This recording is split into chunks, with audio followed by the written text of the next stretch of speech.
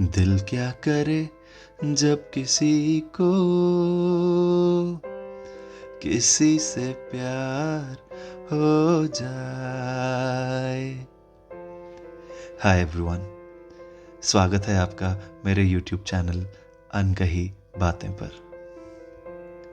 बोल आपके, आवाज़ मेरी।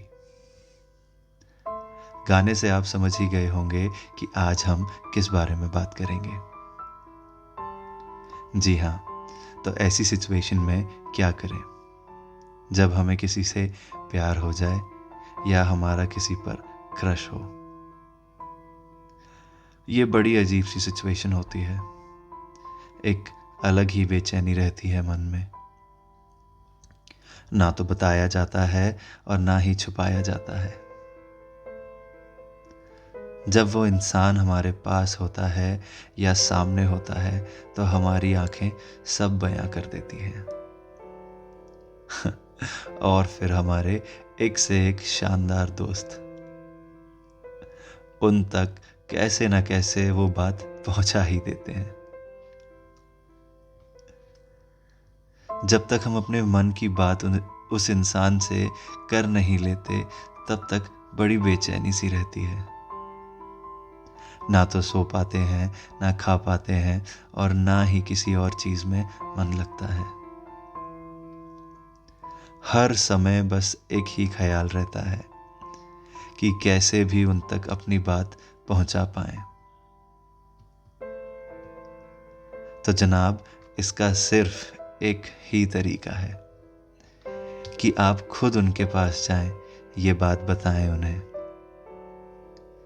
क्योंकि जब आप उनको खुद से ये बात बताते हैं तो इसका एक अलग ही इम्पैक्ट रहता है। आप उन्हें अच्छे से अपने मन के जज्बात बता पाते हैं कि आप उनके लिए एग्जैक्टली क्या फील करते हैं। याद रहे दोस्तों कि आपका तरीका एकदम शालीन और सभ्य होना चाहिए। इससे वो भी आपको अच्छे से सुनते हैं, क्योंकि उन्हें भी ये पता होता है कि ये बात आप दोनों के बीच की बात है। और अगर आपका प्रपोजल रिजेक्ट भी हो जाता है तो ये बात आप तक ही रहती है। कई लोग ऑफेंड हो जाते हैं अगर उनका प्रपोजल रिजेक्ट हो जाता है और वो सामने वाले इंसान को डिसरिस्पेक्ट करते हैं। पर वो ये नहीं जानते कि ऐसा करने से वो सामने वाले की दोस्ती भी खो देते हैं। हमें कोशिश करना चाहिए कि एटलीस्ट हम उनके अच्छे दोस्त बन पाएं और दोस्त बनके वो सारी चीजें बता पाएं,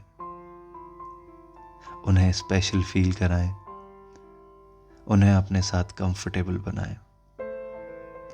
एंड यू नेवर नो कब वो आपको पसंद करने लगे।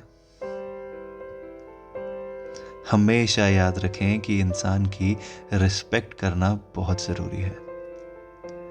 No matter whatever the outcome is, you just have to give your best in expressing your feelings. Just pour your heart out. बाकी सब उनकी मर्जी। Tell me आपको किस पर पहला क्रश हुआ था and what's the current status in comment section. Till then, take care.